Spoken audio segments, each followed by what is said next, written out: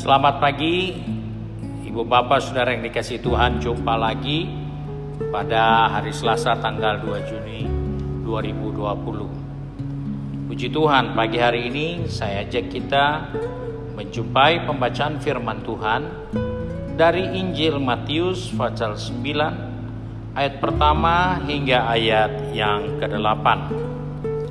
Perikopnya, orang lumpuh disembuhkan. Sesudah itu naiklah Yesus ke dalam perahu lalu menyeberang. Kemudian sampailah ia ke kotanya sendiri. Maka dibawanyalah kepadanya seorang lumpuh yang terbaring di tempat tidurnya. Ketika Yesus melihat iman mereka, berkatalah ia kepada orang lumpuh itu, "Percayalah hai anakku, dosamu sudah diampuni." Maka berkatalah beberapa ahli Taurat dalam hatinya, "Ia menghujat Allah." Tetapi Yesus mengetahui pikiran mereka, lalu berkata, "Mengapa kamu memikirkan hal-hal yang jahat di dalam hatimu? Manakah lebih mudah mengatakan, dosamu sudah diampuni, atau mengatakan, bangunlah dan berjalanlah? Tetapi supaya kamu tahu bahwa di dunia ini Anak Manusia berkuasa mengampuni dosa." Lalu berkatalah ia kepada orang lumpuh itu, "Bangunlah, angkatlah tempat tidurmu, dan pulanglah ke rumahmu." Dan orang itu pun bangun lalu pulang. Maka orang banyak yang melihat hal itu takut, lalu memuliakan Allah yang telah memberikan kuasa sedemikian itu kepada manusia. Saudara-saudara yang dikasihi Tuhan, kita menemukan suatu persoalan, yaitu bukan orang yang lumpuh itu sembuh, tapi persoalan yang dihadapi adalah pikiran yang negatif. Hal ini perlu kita amati dengan baik supaya jangan kita pun terjebak dengan hal yang sama dalam hal berpikir. Yesus menyembuhkan orang yang lumpuh itu dengan gampang. Dia berkata, "Dosamu sudah diampuni." Dan apa yang terjadi ketika Yesus mengatakan tentang pengampunan? Maka dia menemukan komplain dari orang banyak bahwa hal itu merupakan penghujatan kepada Tuhan. Saudara-saudara yang dikasihi Tuhan, seringkali dalam perjalanan kehidupan kita tidak bisa melupakan kesalahan orang lain. Dan kesalahan-kesalahan itulah yang seringkali menyesatkan kita. Seakan-akan kesalahan itu tidak bisa diselesaikan. Seakan-akan dosa itu tidak bisa diampuni. Alkitab hanya mencatat satu dosa yang tidak bisa diampuni adalah ketika kita berdosa kepada Roh Kudus. Sebab itu Yesus berkata kepada orang-orang banyak pada waktu itu, mana lebih mudah untuk diterima?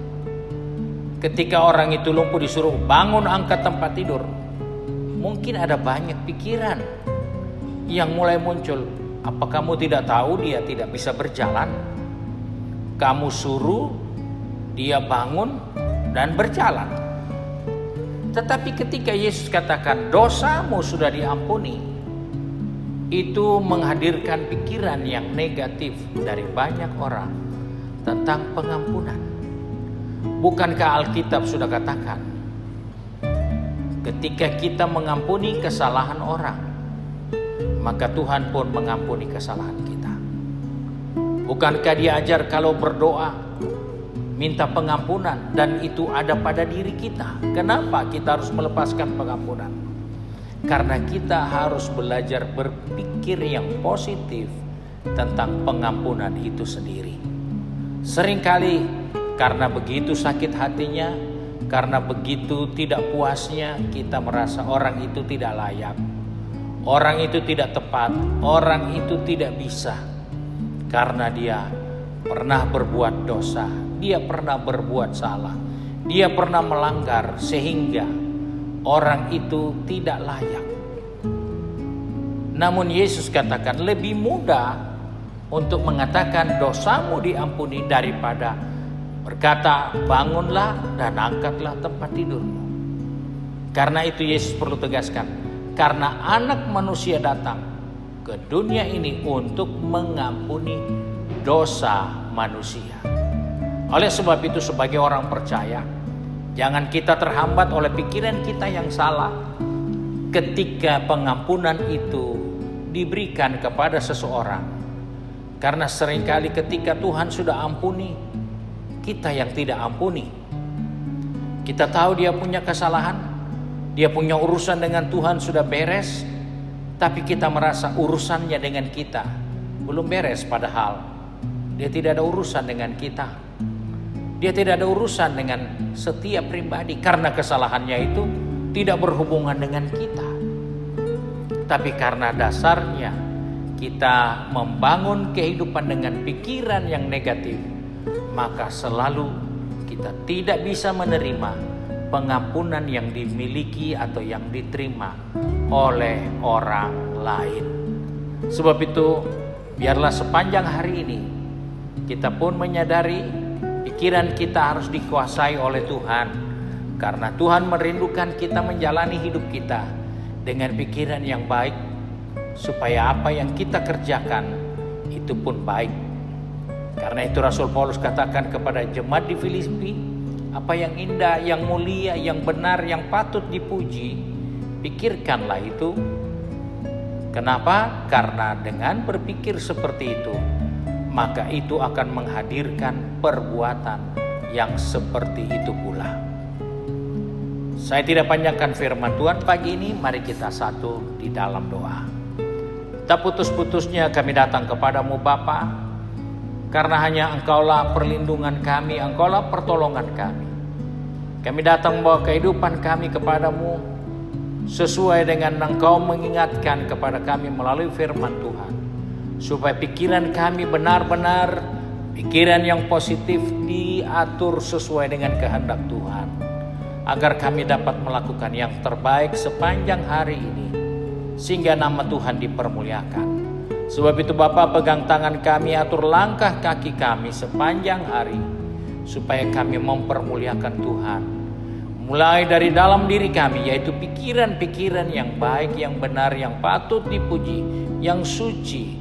Biarlah itu menjadi bahagian pemikiran kami, sehingga sepanjang hari ini perbuatan yang benar itu menjadi bahagian kami. Dan kami percaya Tuhan dipermuliakan dalam kehidupan kami.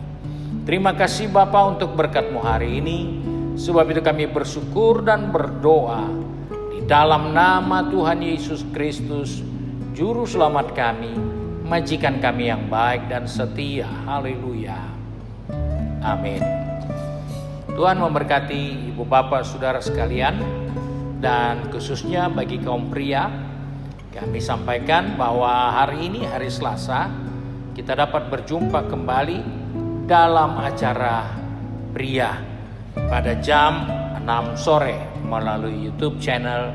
Kita akan mengikuti ibadah dan renungan firman Allah yang direlay secara langsung dalam ibadah kita. Tuhan Yesus memberkati kita semua.